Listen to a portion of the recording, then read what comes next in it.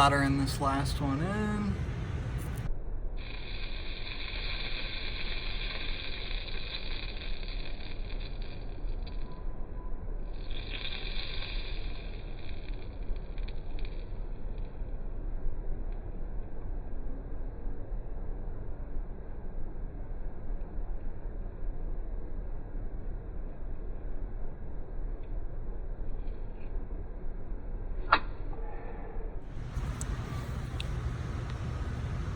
Okay, so as you guys just watched, I just soldered in this last wire here.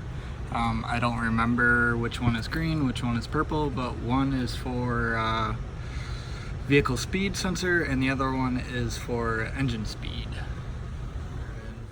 You're gonna go into here, click device, vehicle configuration. Mine's already set up, yours will be set up basically about the same. Your EV ratios will probably be a little bit different, but they should be relatively close. It'll all depend on if you have stock gears, GearX gears, which GearX gears, PPG gears, blah blah blah. So start off by going to GPI, put 5 volts for a minimum for the TPS voltage, and I just left max at 0. It's probably actually like half a volt is going to be max. So here's the EV ratios that I mentioned, but before you enter those, you need to set up RPM and speed. For our vehicles, pulse per cycle will be 4, rotations per cycle will be 2. Then you'll go over to speed. VSS pulse configuration is about 4,000. Scale factor is none. And then you have your EV ratios. You will get your EV ratios after you set up RPM and speed. You'll do that first and then save it, and then you will click done. And I am obviously not connected to my car, but you would click refresh and then it would bring up a COM port over here, and you'd click the power button.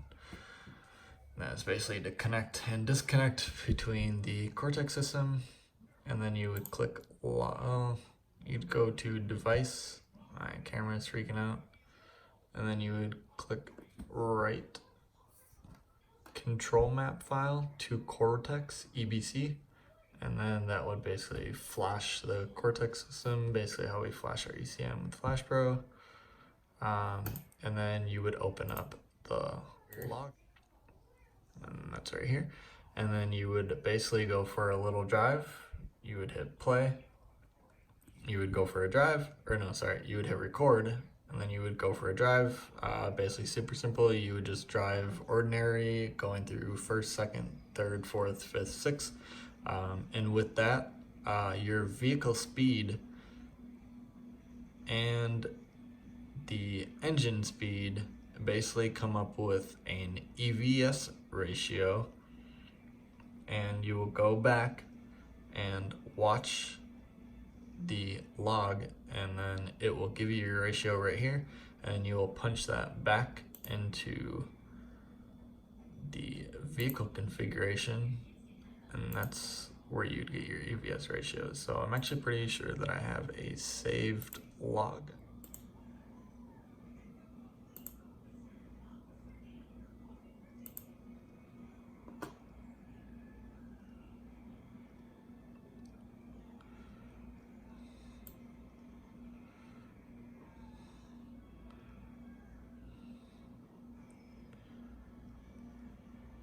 Okay, so as you can see, it shows gear is 1, but you can see this blue line that's kind of going up and down is going to be the engine speed, and then the white, or this gray line down here, is going to be the VSS speed, and then the orange line is going to be your EVS ratio. So as you can see, take off, kind of blipping the RPM, not really going anywhere. Vehicle starts to move. This is first gear. We have an EV ratio of about I don't know, I think I went with like 195. There's areas where it got close to 200, but I stuck with 195. Seems to work okay. I don't really use this first anyways. So you can see the drop in the RPM. Now we're in second. So now we have an EV ratio of about 120. Another gear change. Now we're into third at about 83, 84. Drop gear again. Now we're at 60, 63, 64. Start the transition again. We get to about 48. Change gears again. Now we're at 38. And I believe that is 6. So yeah, basically that's how you get your EVS ratios, and then you would basically just close your logger, go back to device, vehicle configuration, and then you would punch those numbers in for each gear into this table, and then you would hit save, and then you would go back to device and you would click write control map file to Cortex again, and then you would go into your basic strategies profile. I just have it for open loop, but there are fail-safes, overboost, wideband, flex fuel, water meth injection. I just have overboost set. My flash per boost cut is 15, so I have the overboost limit set on this to 15 because, yeah.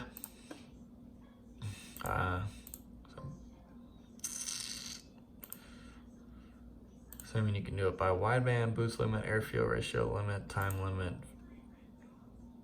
and then you can do it by flex fuel, the boost limit, based on a ethanol content limit and a fuel temp limit if you would like to do that. Then there's also water meth. There's just a general and advanced. System's pretty in depth. So this will be the main one you're using. I'm using an open loop. You can wire in either your wideband or the factory oxygen sensor to run a closed loop open loop feature, just like the car kind of does normally.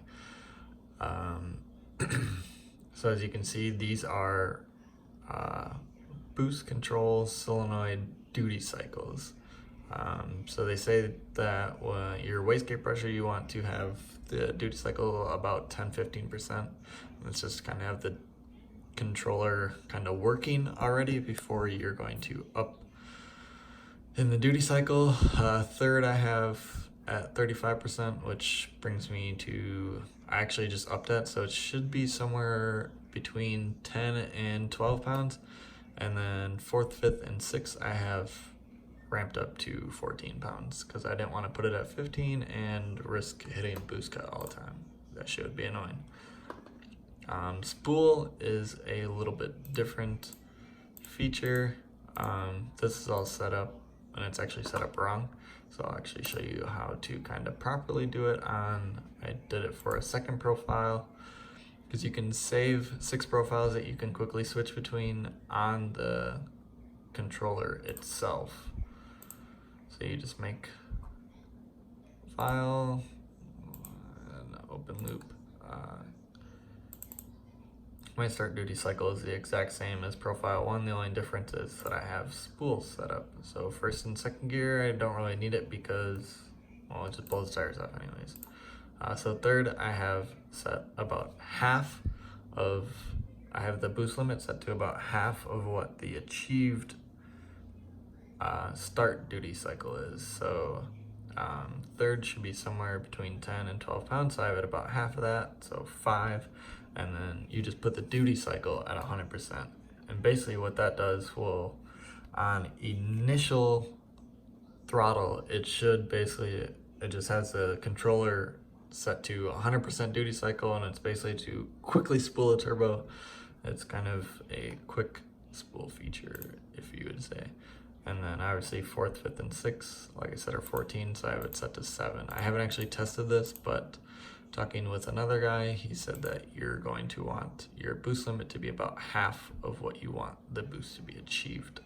So if you have this number set too close to what you want your start duty cycle to be, you basically will get a boost spike and more than likely boost cut. So yeah, that's basically the initial quick setup for it.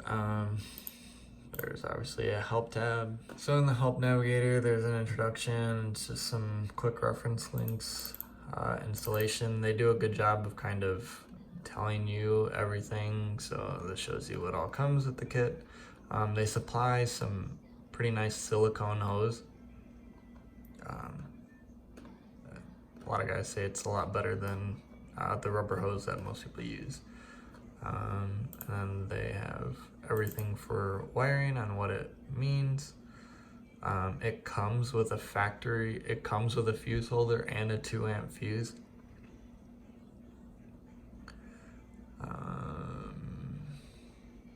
Basically tells you to disconnect the battery, place the template connector in the controller, wire the harness to a 12-volt power and a chassis ground, connect the wiring harness to the appropriate engine speed, vehicle speed, TPS, or wideband oxygen sensor signals. Cover the end of the wires for the programmable outputs and tuck them in a safe place until installation process is complete and it is set up. Route the black sub connector into the engine bay to locate your plane to the mount to the 3 or 4 port ABS. Plug the connector into the back, and then it tells you what each wire is for and which pin is what on the 10-pin connector. Basically, you really only will need vehicle speed input, which is green, and engine speed input, which is purple, and then obviously chassis ground and switched fuse power. Kind of also gives you a description of each one. Input signals, output signals, flex fuel sensor wiring, trans brake sensor wiring, pressure port. They show you how to basically hook it up pressure wise, and then the boost control solenoid, they show you how to install that per 3-port, the installation, routing from the compressor to the controller basically, and they show you how to wire it via a internal wastegate and a external wastegate. And then I have a 4-port, so this is the way mine's hooked up. Compressor outlet to 1, 3 is open. They actually only give you 3 nipples, which is kind of weird, but I guess it doesn't really matter because 3 just vents to atmospheric air, so just whatever. And then 2 goes to the bottom of the wastegate and 4 goes to the top of the wastegate. Now, like, my car has a towel wastegate with multiple ports depending on position of the wastegate head. So once you have this boost control solenoid hooked up, and if you have a towel wastegate like mine or any other external wastegate that has multiple ports, usually when you're just running it normally, you just have one hose going from the source of the compressor straight to the bottom of the wastegate. And like mine has 3 different ports all the way around, and the other 2 were already previously plugged. But on the towel wastegate, there are water jets to basically cool the wastegate. I don't know if anybody's ever actually done that, and if it's actually effective or not. I don't really know what the advantage of that would be, besides maybe not shooting flames out of the wastegate dump, but who doesn't like that? So basically you'll choose which top port you are going to use, but then you must plug off the other one, otherwise it's just going to vent that air out and it's not going to work right. So yeah.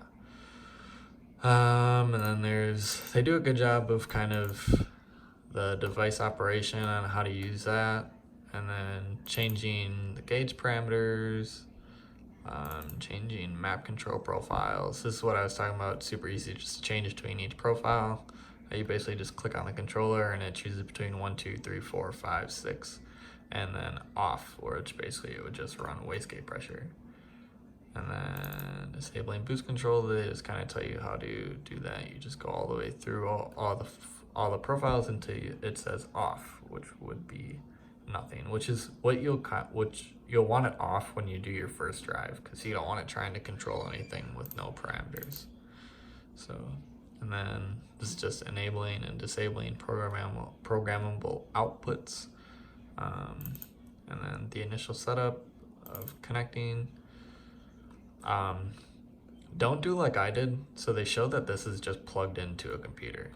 You cannot connect to the Cortex without the 10-pin connector being plugged in and it being connected to a 12-volt source and a ground. So what I did basically to kind of get a gist of kind of how things went was just plug it in and then grab a battery and then just taped the positive wire down and then tape the ground wire down to each power and negative terminal. Seemed to work okay. But obviously you will want to, wherever you're going to put your Cortex, you want to have this either easy to pull the Cortex out to plug it in, or you can do like I did and I just left it in and then just have it dangling in my car as another fucking wire that's in the car. This shows you that you can kind of have troubles with the install of the Cortex software system. And they just kind of show you how to kind of go about that. I thought I was having an issue, and really it was just me not knowing that the Cortex had to be plugged into a power and a ground. And Cortex's customer service was actually very great on helping me with the initial setup and everything. It's just the vehicle configuration setup, kind of goes through everything, tells you what everything, scale factors, ratios, blah blah blah, tell you how to do trans brake and other outputs. And then boost control, they give you a boost control overlay on basically how a boost controller works, blah blah blah. You guys can kind of go through all of this, but I felt like Cortex did a pretty good job with their help navigation area. I think they probably did a little bit better job than Flash Pro did with theirs. So, but yeah, I mean, this thing does a lot. Gear change, I'm not too sure. I think this just has to do with basically like a wide open throttle shift feature, which Flash Pro already does. And then they have their own launch control feature as well. I have not used that. You do have to wire in the I want to say intake cam position sensor to the Cortex system for the launch feature to actually work. I do not know how it works or how well it works. I'm assuming that since you can set a duty cycle, you can probably put the duty cycle to be about 15, which would be what your first or second gear launch would be. I mean, your 15% is basically wastegate pressure. So obviously first and second, that's basically about all you want to achieve is wastegate pressure. So you would set that duty cycle to wastegate pressure, set your RPM limit. If you have the throttle hooked up, you can set a throttle limit. Basically, I'm pretty sure that you can just mat it and it will only let the throttle body open so far, which would be kind of nice, especially on our cars, because I know my car just blows tires off on the street. So yeah, and then a speed limit, which I'm assuming will be when it will deactivate and activate.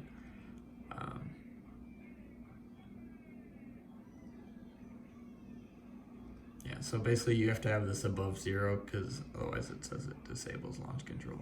So yeah, that's basically it. Thanks for watching. I don't do this shit, so I'm sorry if it's awful. Excuse of my pants and Crocs, just chilling around the house. So you'll turn the car on, basically, and I'll show you how to actually write the system because I need to do it because because I need to write the second profile to the car. This is my pretty basic ass interior, Momo steering wheel, energy quick release, energy hub, AEM wideband, innovate ethanol content, and then this is where I have the Cortex system, and then I just have a hole drilled in the back, and all the wires and the hose ran back there, and then this is actually a purpose here. It does have gum in it, but it's there for a purpose to actually keep the Cortex in its spot. Otherwise it kind of like wants to go towards the passenger. But basically, like I said, you'll want to keep this wire plugged into the back of the Cortex. Then you'll plug it into your computer, and then you'll go onto the system, and then you will hit refresh, and now it says COM4, and then basically that will allow you to connect to the Cortex system. And it turns off for a second, and it shows that it's connecting, and then it brings up the controller strategy, basically just all the information about the Cortex system, and it will automatically load what is written on the Cortex system. As you can see, that shit's all set to 0. I think I actually need to do the failsafe for the second profile, but we'll check that in a second. So we'll go to File, Open Control Map. First setup, I haven't really changed the file name at all. Just keep editing it and saving it again. Just gonna check over everything. Fail safes, overboost, profile 2, fail safes, overboost. Yeah, see. So let's go 10, 10. We'll just set the rest of them to 15. And done. And then, now that failsafe is done, make sure the open loop is right, and it is the exact same as profile 1, except the only difference is that I have the spool set up for profile 2.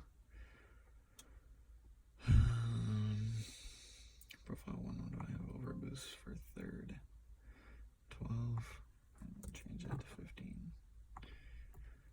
So your duty cycle is going to be different than mine.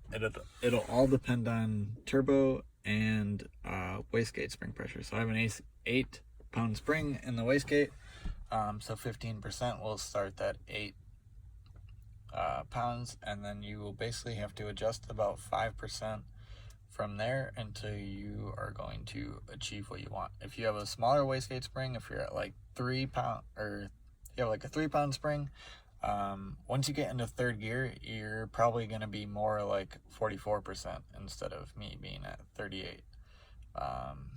And then these would probably be like 48, 50% duty cycle.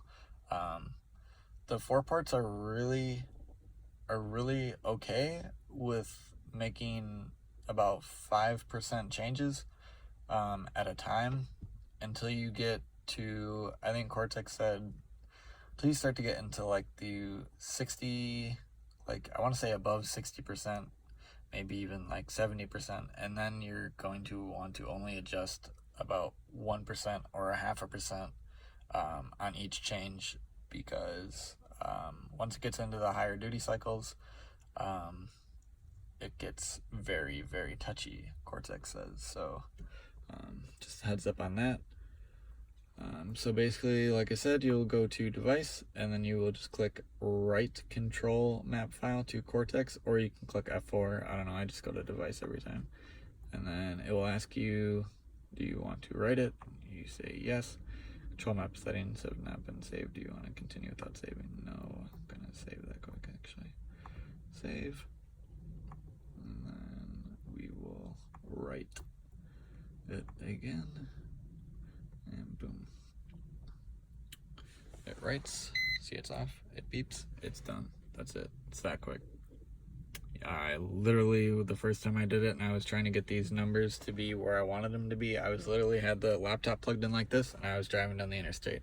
And I was sitting there and I kept adjusting 5th and 6th until I achieved roughly 14 pounds in 5th and 6th gear. And then basically I knew what numbers I had to be below my max. So I figured that would be easiest to just figure out what the max duty cycle would be for the highest gears and then kind of just adjust down from there. But yeah, it's that simple. So bam.